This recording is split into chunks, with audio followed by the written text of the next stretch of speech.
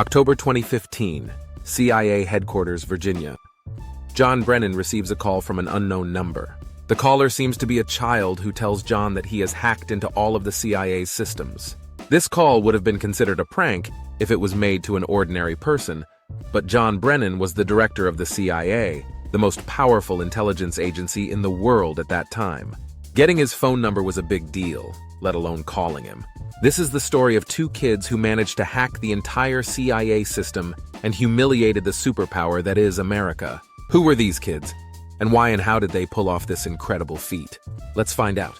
When the caller was asked about his demand, he said, "Stop the attacks in the Middle East, especially in Palestine, and let the world live in peace." Even before this phone call, the CIA was already aware that their system had been hacked. We'll understand the extent of the damage this hacking caused to the CIA and America as the story unfolds. As soon as the call ended, the entire US government and CIA went into action. The fact that a child had hacked such a major intelligence agency was a huge embarrassment for the CIA. Let me tell you that CIA agents take extreme precautions, even in the smallest matters. For example, in Langley, Virginia, inside the CIA headquarters, there is a Starbucks branch. The cups given to the officers have no logos or names written on them. This is because they don't want anyone to trace back to their agents. So, imagine how big of a deal it was for their system to be hacked. The investigation began, and it was found that the call had been made from Leicester, England, by a 15-year-old boy named Krekka. He had formed a hacking community called Crackers with Attitude. But how did he hack the CIA, and why did he do it? To understand that, we need to go back to 2008, which is where the story begins. In 2008, there was another boy in Virginia, USA, known by the name Default. He was very fond of video games. To win these games, he started manipulating their programming and made changes to the game rules, like in Counter-Strike, in order to win easily. Essentially, he was making cheats to control the game in his favor. He learned all this from the internet.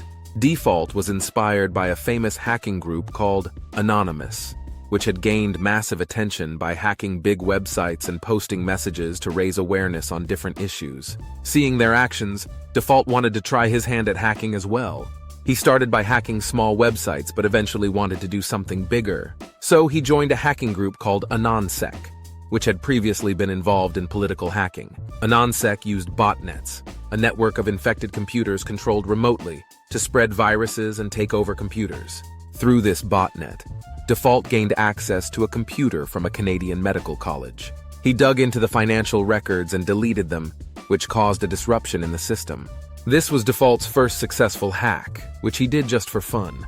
However, his next hacking was out of anger. In 2014, Denmark's government passed a controversial law that allowed animal abuse, which upset animal rights activists worldwide, including Default. Default, driven by anger, and his group hacked Denmark's official website, displaying a message about the law.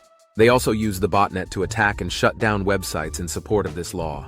This led to global outrage, and the Danish government had to reverse their decision the following year. Despite this success, Default was frustrated that the credit for the hack was given to Anonymous, which was dominating the headlines at the time. He wasn't happy with that and continued his hacking career. Like other hackers, Default kept his identity secret, knowing that if he were caught, it would lead to severe consequences. He didn't even use his home Wi-Fi. Instead, he had a satellite connection installed far away from his house, ensuring maximum privacy. His computer was highly secured, to the point that it took 30 minutes to boot it up, but it was worth the wait for his privacy. Up until now, we've only talked about two characters, Krekka from England and Default from the USA. Before 2013, they didn't know each other, but one event brought them together. Edward Snowden, a computer intelligence consultant for the National Security Agency, uncovered a major secret. The CIA was secretly collecting and using personal data of internet users without their consent. Snowden wanted to expose this, but he knew doing so in the USA would lead to severe consequences. So he fled to Hong Kong, where he revealed the truth to journalists. This news spread globally, sparking outrage over the invasion of privacy. In response to this, Default and Krekka decided to take action. They wanted to teach the US government and the CIA a lesson on privacy. Both had different reasons for their actions. Default wanted to take revenge for the loss of privacy for the common people, while Kreka wanted to retaliate against American actions in the Middle East. Their first step was to publicly reveal the phone number of James Clapper, the Director of National Intelligence. Then, they decided to target John Brennan, the CIA director. Kreka started searching for information about Brennan on the internet and found a public phone number linked to him. He then posed as an employee of Verizon and contacted their internal technical support team, claiming to resolve a customer issue. Using a pre-obtained PIN, Verizon verified his identity and shared Brennan's personal details, including his account number, backup mobile number, address, and the last 4 digits of his bank card. Next, Kreka needed to hack Brennan's email. Using the information he already had, he successfully gained access to Brennan's email account. Inside it, he found highly classified documents, including data about other CIA officers and government instructions. Brennan was soon alerted that his email account had been compromised, and he quickly shut it down. But it was too late. Kreka had already downloaded all the critical data. Kreka then began releasing official documents, causing a massive uproar in America and globally. The CIA's reputation was severely damaged, and they were under pressure to find the hackers. But despite their efforts, they had no leads. A few days after calling Brennan, Kreka also leaked the personal information of thousands of FBI and Justice Department agents on social media. Kreka thought it was impossible for him to be caught. However, Default made a mistake. In a drunken state, he told his friend that he was behind the CIA hack. This small slip-up led to Default's downfall. The FBI raided his house and took him into custody.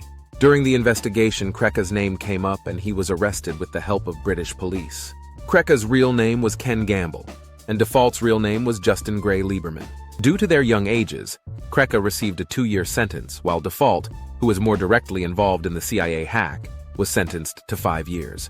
Both have since been released from prison and are now pursuing careers in cybersecurity. What do you think about their actions? Right or wrong? Let me know in the comments.